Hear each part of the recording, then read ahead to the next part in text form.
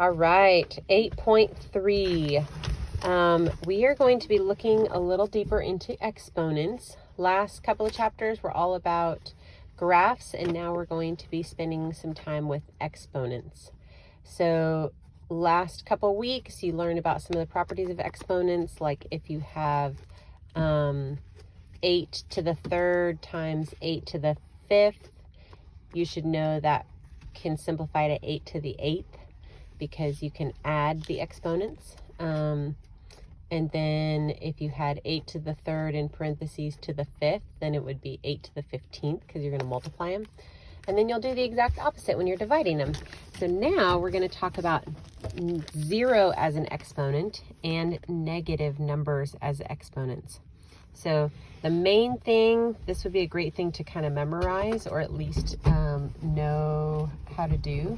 And that is when the exponent is 0, the answer is 1. It doesn't matter what the number is, but when the exponent is 0, the answer is 1. So that includes 0 to the 0 and negative numbers to the 0, anything like that. Oh, sorry, not 0 to the 0. It does say that when a is not 0.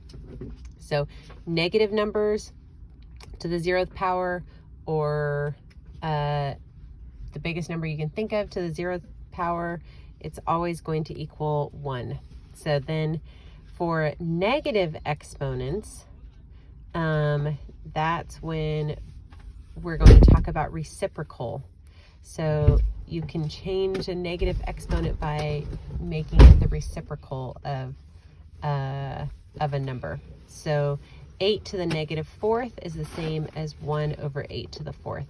So the way we make it non-negative is by putting a 1 over the top of it and doing the reciprocal of it. And the same thing here, if we have a to the n, 1 over negative n. So 2 equals 1 over 2 to the negative 1, and 2 to the negative 1 equals 1/2. So like here, this is, I don't know why, definition of a negative exponent.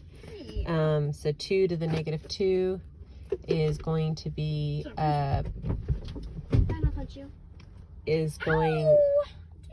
guys, please be quiet while I'm doing this video.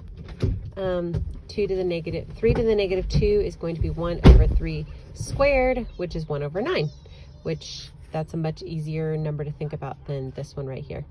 Or negative 7 to the 0 is going to be 1. 1/5 to the negative 2. Okay. We can do 1 over 1/5 squared, which is 1 over 1 over 25, which equals 25. Because, well, yeah. And then 0 to the negative 5, that is undefined because this number can't be 0 when we're talking about each time it says when a is not 0. So it's undefined. You'll work on defining it later in higher math classes.